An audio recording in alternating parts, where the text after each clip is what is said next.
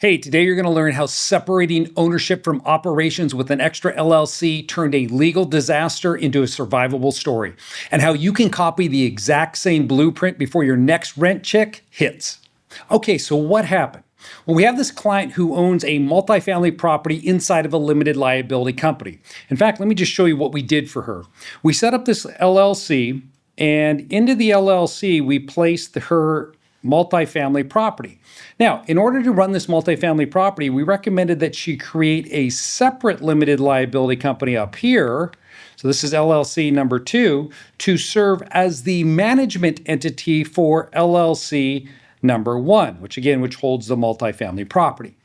Now, one day this individual, a guest of a tenant, is on the property. He's in a wheelchair because supposedly he cannot walk. And somehow he fell out of his wheelchair and a rusty nail impaled him.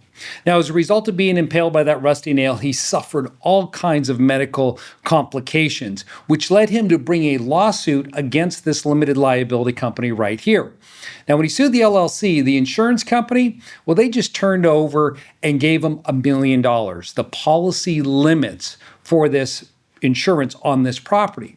Now, the problem with doing that is once you give the injured party $1 million, and by not fighting them, because, the guy's in a wheelchair. What is he doing falling out of a wheelchair? How is she negligent? And the rusty nail, well, no one really pursued that angle.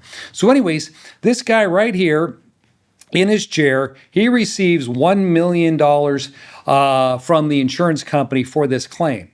Now, once you've given him the $1 million, what do you think he does? Well, he gives some of that cash over here to an attorney, and that attorney now decides to sue the management arm, which, again, we set up for our client. So now they're going to go after the manager, asserting that the manager is negligent. So they bring a case against this LLC up here. Now, our client went to her CPA and brought up the fact that her LLC has now been sued before she contacted us, which it's kind of ironic given the fact that this particular client is a titanium and a platinum client of Andersen.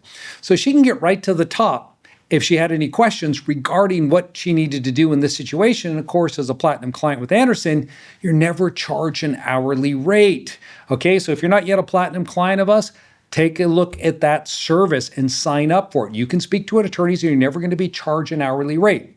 So I digress. Anyways, she ends up talking to my partner, Toby, with the CPA.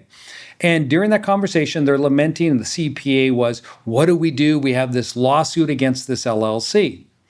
So what we recommended she do is cease all operations with this LLC and do not respond to the lawsuit.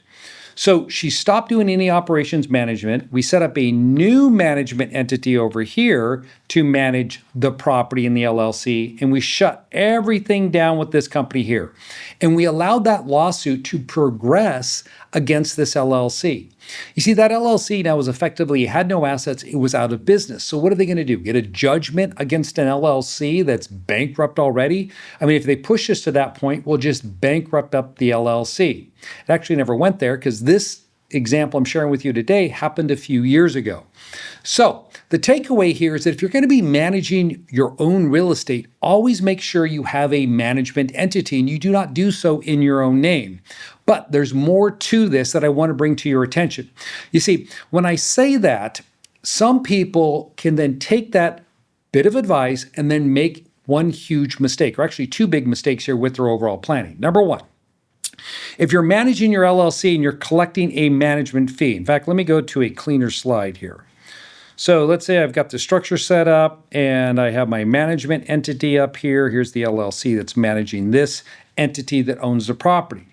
Now, if I'm paying a management fee, which makes a lot of sense. In several of my videos, I talk about the benefits of paying a management fee to a management entity. Typically, this entity is going to be set up as a C or S corporation for federal tax purposes.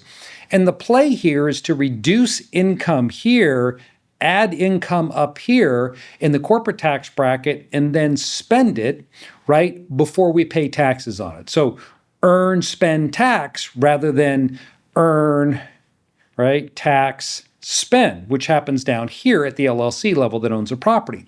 So there's some tax advantages to doing this. Now, here's where the problem lies. If you're doing that strategy and you're collecting income inside of this corporation and you're not paying it out to yourself or pulling the money out, then you're leaving yourself exposed. And this is the one mistake that I've seen people make with their management entities. They sit on a bunch of cash up here. You see, in using this strategy, yes, you get tax savings, but you also got to get that money out, because if it sits up there and that lawsuit hits, like I just shared with you, then that cash is going to be stuck and potentially available to that creditor. So that's the first mistake you can make if you're using that strategy, by leaving that cash in there. Now, the second mistake, and it's not an uncommon mistake, and it happens quite a bit, is that landlords will leave money inside of this entity right here. Now, you do that for many different reasons. A lot of times, maybe it's for CapEx that you know is going to be coming up in your insurance or your property taxes. So you start accumulating cash inside of that entity. Now, by doing so, you're risking that cash in the event of a lawsuit, because, if that claim goes beyond your policy limits, well, here's that cash right there that's going to be available to that creditor. So you also have to make sure that you're pulling the cash out of your property holding LLC. Now, generally speaking, the type of structure, that the way this should be set up with the right entity stack, meaning we're going to have a Wyoming LLC down here owning our property LLC, and this is where you should be keeping your cash for your property LLC.